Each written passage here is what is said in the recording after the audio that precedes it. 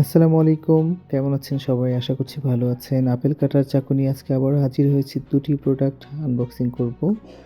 Recently আমার Amazon থেকে Fire AC 10 13 জেনটা নিয়েছিলাম। সেটার জন্য একটা প্রটেক্টিভ গ্লাস এবং একটা প্রটেক্টিভ কভার কিনেছি। ২ টেই কিনেছি দারাজ থেকে। ১ম এ আমি দেখাবো যে প্রটেক্টিভ গ্লাসটা নিয়েছি সেটা। খুব অল্প সময়েই ডেলিভারি পেয়েছি। কিন্তু এখানে আমি একটা ভুল করেছি। ভুলটা হলো আমার যেটা কিনেছি গ্লাসটা সেটা হলো আ 2000 21 এর অর্থাৎ ২১ সালের যেটা 11 জেন সেটার একটা গ্লাস প্রোটেক্টর কিনেছিলাম। আমি বিভিন্ন জায়গা থেকে জেনেছিলাম যে 2021 এবং 2023 যেটা অর্থাৎ ২ টা ভার্শনই সেম স্ক্রিন, একই মাপের স্ক্রিন 10.1 ইঞ্চ। সো আমি ভেবেছিলাম যে এটা ভালো করেই ফিট হবে, কিন্তু পরবর্তীতে আমি যখন ইনস্টল করি তখন আমি একটা ভুল আমি সরাতে পারিনি বিভিন্নভাবে চেষ্টা করেও। সো যারা এটা কিনবেন একই স্ক্রিন সাইজ দেখে যদি বলেও যে হ্যাঁ, এটা ইউজ করা যাবে, সেক্ষেত্রে আমি আপনাদের রিকমেন্ড করব যে না, সেটা না নেয়াই ভালো হবে। অর্থাৎ যে 13 জেন অর্থাৎ 2023 যেটা ভার্সন আছে সেটাই নেওয়ার জন্য রিকমেন্ডেশন থাকবে আপনাদের সবার কাছে। এটা ৳৫০০ মতো এটার প্রাইস।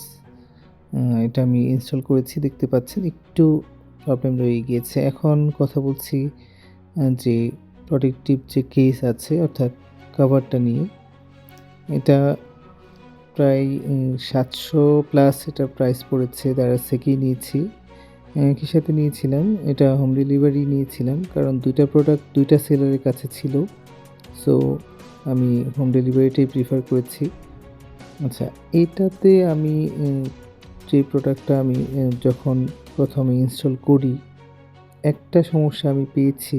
সমস্যাটা হলো এটা যখন আমি সব ঠিকঠাকভাবে ফিট করেছি, নিচের দিকে যেখানে আপনার যে টাচ করে আমরা হোম বাটনে প্রেস করি বা যে রিসেন্ট বাটনে ক্লিক করি বা ব্যাক বাটনে ক্লিক করি, সেই বাটনটা একটু ঢেকে গিয়েছিল।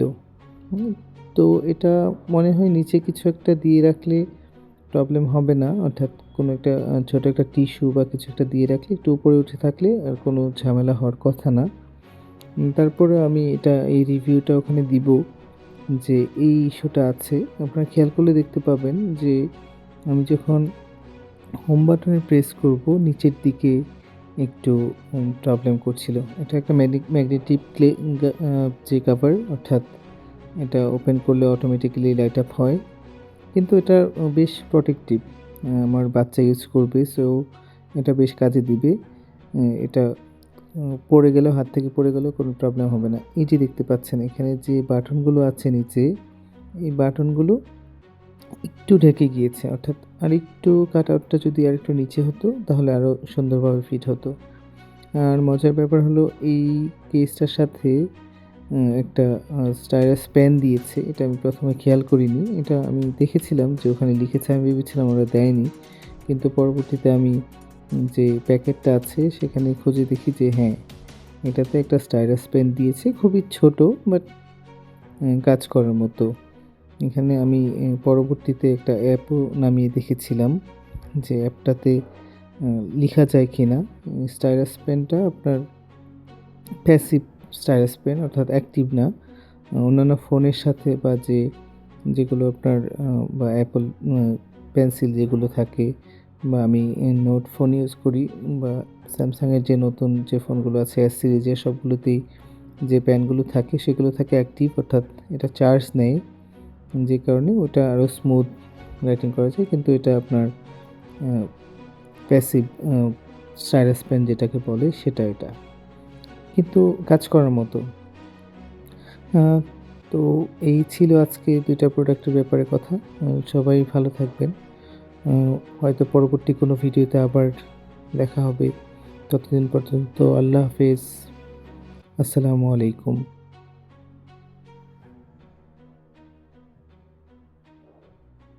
Please do subscribe to my channel and like the videos. Thank you so much. Thank you once again.